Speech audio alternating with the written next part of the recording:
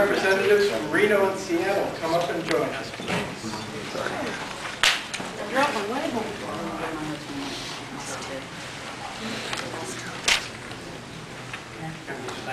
You're going first. Okay, we're going to do 5 minutes for each of them, and then we'll open it up to questions from the cards and then the floor. Okay. This is the first SMOFCon since I announced my Reno in 2011 bid. And I got to tell you, I'm more nervous in front of this audience than I was in front of the Worldcon. I was told that I should just picture you all naked. And that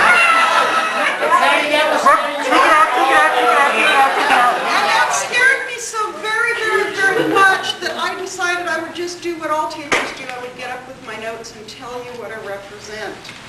I want to explain the bid, who we are, and what we want to do with the Worldcon and why I like Reno. This is what happened when we started in the spring. First thing was getting a good team. It's a mix of people who are experienced Worldcon runners and some new blood from some places like Portland and Reno and, well, I don't know, maybe a couple of those Brits over there that surely haven't done too many conventions. The second up was to have a splashy opening. We had a number of conventions over Memorial Day, and we're very pleased with that. The third thing was to hit Denver and show we were a serious bid. We just passed 600 pre-supporters. We feel like that qualifies as serious. And we got through Denver, which was also a bit challenging for me on the work front. Afterwards, there were 2 key things that we wanted to do.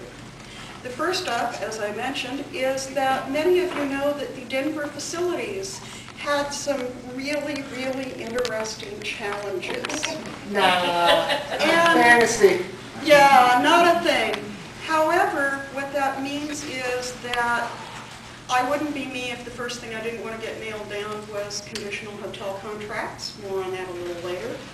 And the other was to get out a message of what it is I want to do in the Worldcon bid and what we represent. There are a lot of pieces to that, but we have one that we wanted to try out on you guys tonight. And I have minions who will pass out our new brochure to you, and then I'm going to explain some points from it. The first point while we're passing this out is the dates that we have selected are August 17th through the 21st. We wanted to work on a non-Labor Day Worldcon. A lot of that's my preference because I've had kids have to miss school or I've had to miss teaching on account of it. We've gone through and tried to put together the best pieces in this, and I'm going to walk you through a few of the things and one of the things that we missed. And because I'm a teacher, I'm going to ask you for a little bit of help with a couple of these points as we go along, because if I don't give you an assignment, you won't actually read your homework. Okay.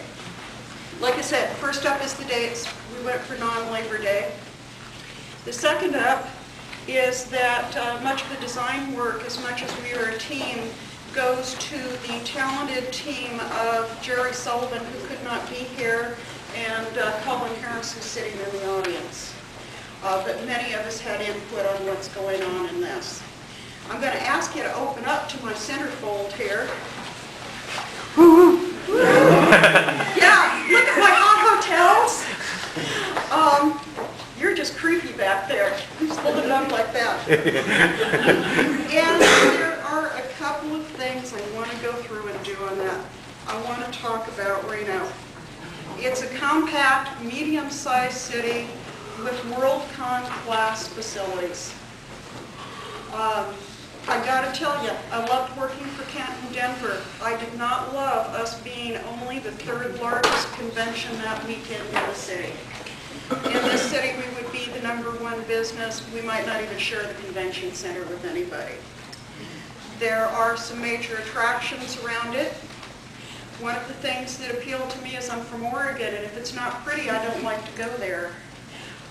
If you look around Reno, you see some things like Lake Tahoe, which is pretty enough even for an Oregonian, and some history sites.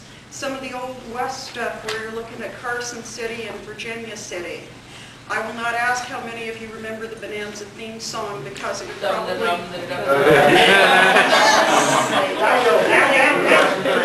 Okay, 5 minutes, but you got your cue. You're doing good. Okay, the next piece is the facilities. We have a convention center that's non-union. It's all on one level. It's the right size for doing a Worldcon. And when we looked at them and asked about, oh, say computer networks, they said, fine, we'll put in a clause, build your own. Yes. I believe these are the words I had always been longing to hear. I am boring. Hotels. We got a couple of them in here. The main hotel for parties is the Atlantis. It's the hotel that is connected to the convention center with the human habit-trail walkway, which they just finished. We have 450 rooms there, and we have a confirmed highest rate. And this is the part that's not in here, and this is where you all have to pay attention to me for a minute. Sometimes I can't get all my own language right. What we have in this is we have confirmed highest rates in $2011. However, what our signed conditional contracts say is that they will honor any lower rate they're offering, and it will still count to our room block. I did not figure out how to get that language in here in time before this had to go to press, but it means you hotel geeks out there that know every site in the world for finding a cheap hotel rate, you're not going to hurt this Worldcon if you do that. They have beautiful suites. We have a parkage waiver. They're luxury hotels. The Peppermill is about 6 long blocks away.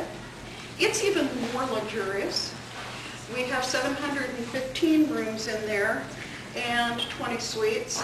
All of their suites, or almost all of them, have jacuzzi tubs in them. We feel the biggest problem may be that people will be fighting each other for those suites with the jacuzzi tubs. Serve people stew. Sorry? You can serve people stew.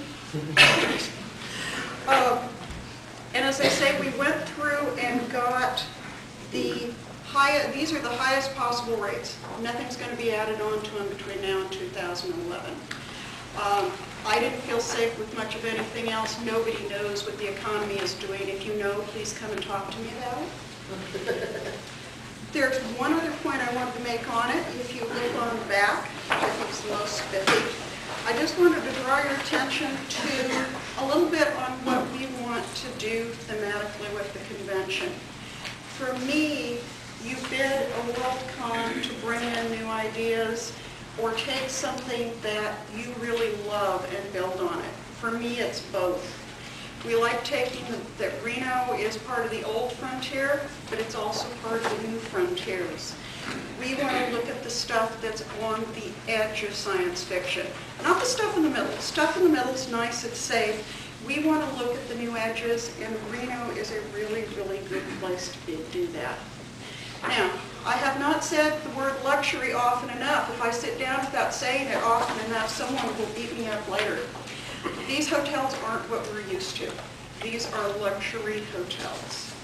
There are 20 restaurants between the two hotels, several of them open 24 hours. There is an all-you-can-eat sushi buffet, and it's very well rated down there. It's good sushi, man. You can go eat until you explode, but not on my hotel carpet. Nobody comes in. Yeah. Just a waiver pending. You know, yeah, sure. It worked so well last night. There are things in the luxury spas. Man, this is the thing. I've worked a lot of hotels. I do not know what a Peruvian chocolate massage is. I'm willing to find out. I beg your pardon. If I chair this convention, I have to go do all of this research personally, or I won't have done enough work. They're luxury. They're there. They have the stuff for us to come into. I guess my final concept is I said something really flippant, the way I always do, and someone said, no, close with that. Sounds good. Reno is fan heaven. The hotels are luxury, but we'll get the best prices they offer that weekend. There is free parking. There are 24-hour restaurants, and like I say, 20 restaurants between the two hotels. It's pretty. They like us. any of you guys in Denver meet my people from the Reno Convention Bureau and the hotels? Yes. They liked us well enough to come down and visit. And we would not be the strangest group that they get all year. I feel that that whole last synopsis is enough to push my bid, and I would be very respectfully happy if any of you guys voted for Reno. Thank you.